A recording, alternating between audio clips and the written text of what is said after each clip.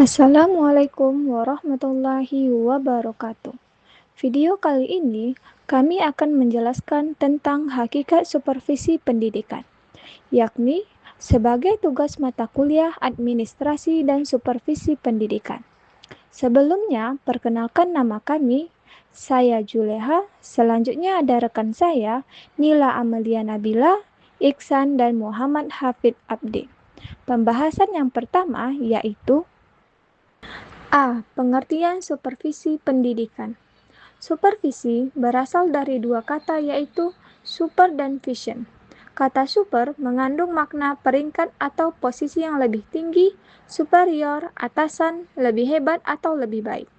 Sedangkan kata vision berarti mengandung makna kemampuan untuk menyadari sesuatu tidak benar-benar terlihat.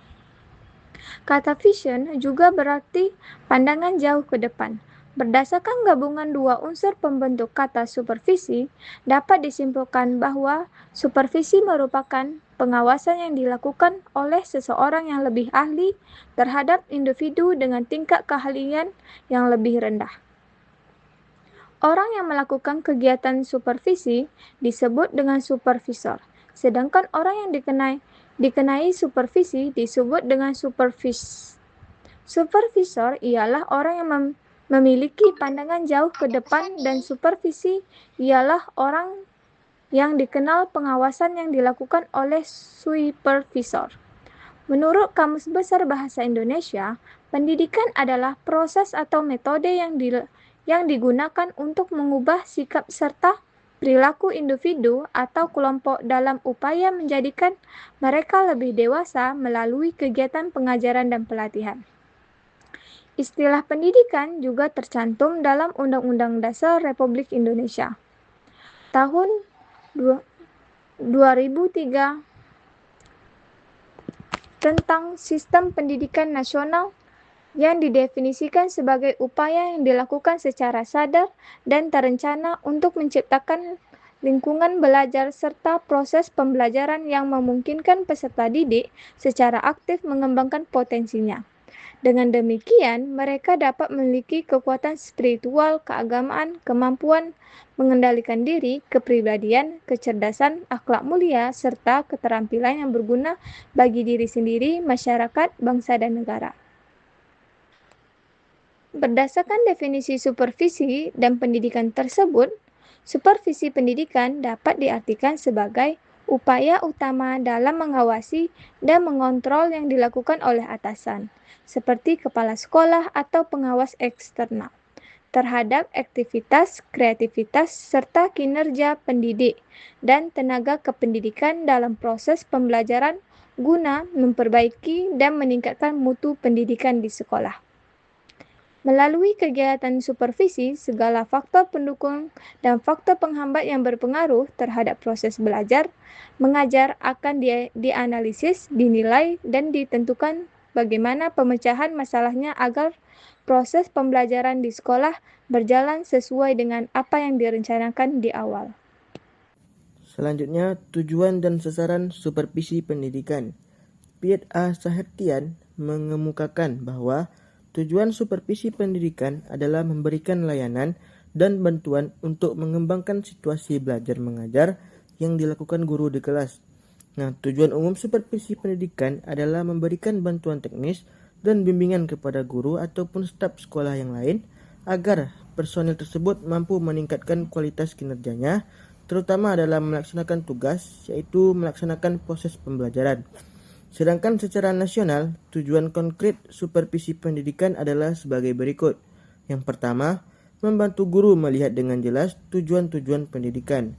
Yang kedua, membantu guru dalam membimbing pengalaman belajar murid. Yang ketiga, membantu guru dalam menggunakan alat pelajaran modern, metode-metode, dan sumber-sumber pengalaman belajar. Yang keempat, membantu guru dalam menilai kemajuan murid-murid dan hasil pekerjaan guru itu sendiri. Yang kelima, membantu guru-guru baru di sekolah sehingga mereka merasa gembira dengan tugas yang diperolehnya. Yang keenam, membantu guru-guru agar waktu dan tenaganya tercurahkan sepenuhnya dalam pembiayaan sekolah. Dengan Dengan demikian, dapat disimpulkan bahwa tujuan supervisi pendidikan adalah memberikan layanan dan bantuan guna meningkatkan situasi serta proses belajar mengajar agar tetap berada dalam kerangka tujuan pendidikan nasional. Selain itu, supervisi pendidikan juga bertujuan membantu para guru dalam memahami kualitas, perkembangan, serta peran sekolah sehingga dapat mencapai tujuan yang telah ditetapkan. Terdapat berbagai unsur yang dapat menjadi sasaran dalam kegiatan supervisi pendidikan. Jika ditinjau dari beberapa perspektif, dapat diidentifikasi berbagai sasaran supervisi pendidikan yang mencakup aspek personal, non-personal, serta aspek yang menjadi objek supervisi sebagai berikut. Yang pertama, perspektif personal. Maka yang menjadi sasaran supervisi pendidikan ialah kepala sekolah, guru, staf TU, siswa, laboran dan pustakawan dan sebagainya. Yang kedua, perspektif non-personel. Maka yang menjadi sasaran supervisi pendidikan ialah perpustakaan, administrasi sekolah, buku paket, program perencanaan dan sebagainya. Yang ketiga, perspektif aspek yang disupervisi. Sasaran supervisi pendidikan terbagi menjadi dua, yaitu supervisi administratif dan supervisi edukatif. Supervisi administratif mencakup pengajaran, tenaga pendidik dan kependidikan, keuangan, serta hubungan masyarakat. Sementara supervisi edukatif berfokus pada proses belajar mengajar atau KBM, pelaksanaan bimbingan dan konseling, serta pemanfaatan media massa dan elektronik dalam pendidikan. Sasaran supervisi dapat mengenai kegiatan atau aspek yang disupervisi maupun orang yang melakukannya sebagai berikut. Yang pertama, aspek yang disupervisi meliputi A. Administrasi yang mencakup administrasi sekolah secara umum, kesiswaan, ketenagaan, perlengkapan pendidikan, keuangan, dan hubungan sekolah dengan masyarakat. Yang B yaitu edukatif yang mencakup kurikulum, KBM, pelaksanaan bimbingan dan konseling atau BP. Aspek yang kedua yaitu orang yang disupervisi atau supervise, meliputi guru mata pelajaran, guru pembimbing, tenaga edukatif lainnya, tenaga administrasi siswa. Orang yang melakukan supervisi atau supervisor meliputi kepala sekolah dan pengawas serta personel yang sedang ditugasi. Sarana supervisi pendidikan merujuk pada berbagai alat, metode, dan fasilitas yang digunakan untuk mendukung proses supervisi pendidikan.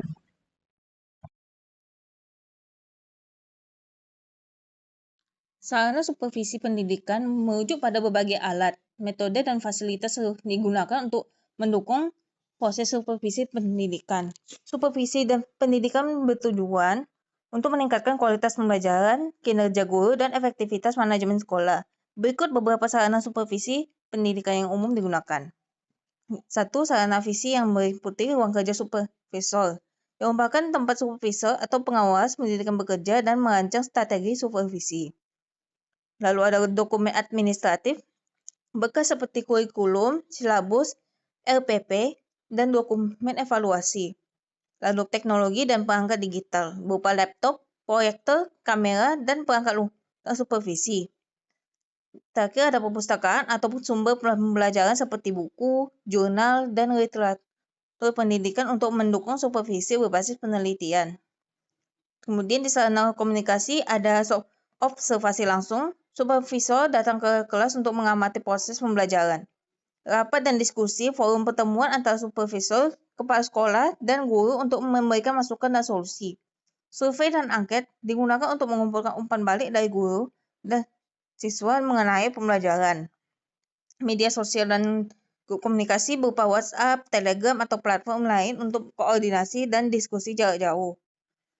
Sarana evaluasi dan umpan balik berupa instrumen penelitian supervisi, rubrik atau checklist untuk menilai kinerja dan efektivitas guru dalam pembelajaran. Rekaman pembelajaran, video atau audio dari proses pembelajaran dapat dijadikan analisis bersama guru. Laporan supervisi, dokumen yang berisi evaluasi atau rekomendasi perbaikan untuk guru dan sekolah. Lalu di sarana pengembangan terdapat workshop dan pelatihan. Kegiatan ini itu berupa meningkatkan kompetensi guru melalui pelatihan yang diselenggarakan oleh pengawas pendidikan. Lalu ada lesson study, kolaborasi antara guru untuk merancang, mengamati, dan merefleksikan praktik pembelajaran. Pendampingan individu, supervisor memberikan bimbingan personal kepada guru dan yang membutuhkan perbaikan dalam pengajaran. C. Fungsi supervisi pendidikan. Francis Jane maupun Eyre, Educational Research, sebagaimana diikuti oleh Piet Sahertian menyatakan bahwa supervisi bertujuan untuk membina dan mengembangkan program pengajaran yang ada secara optimal, sehingga selalu terdapat upaya perbaikan berkelanjutan. Fungsi utamanya adalah berfokus pada peningkatan dan perbaikan kualitas pengajaran. Piet Sahertian juga mengungkap pendapat Swearingen dalam bukunya Supervision of Instruction Foundation and Dimension, mengemukakan bahwa supervisi memiliki 8 fungsi.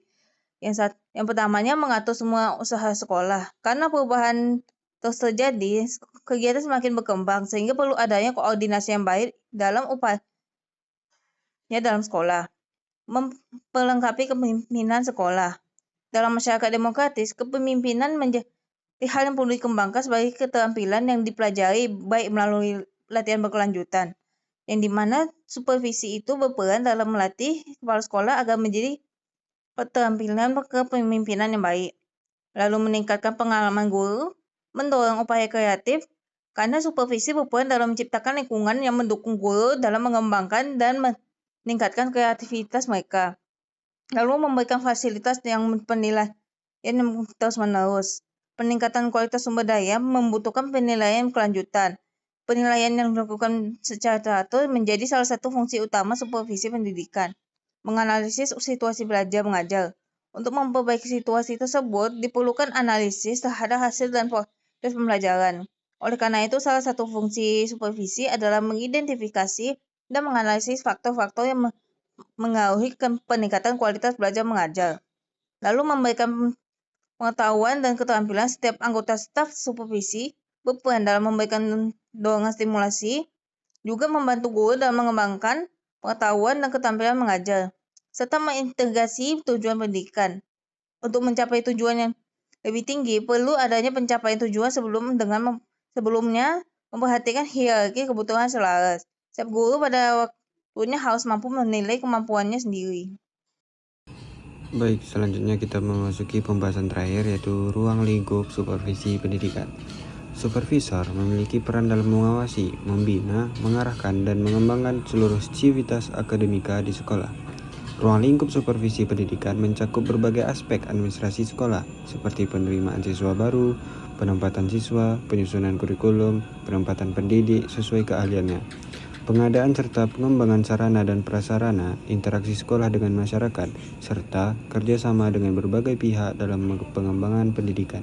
Dengan pertimbangan tersebut, ruang lingkup utama dari supervisi pendidikan sebagai berikut. Yang pertama, pelaksanaan kurikulum.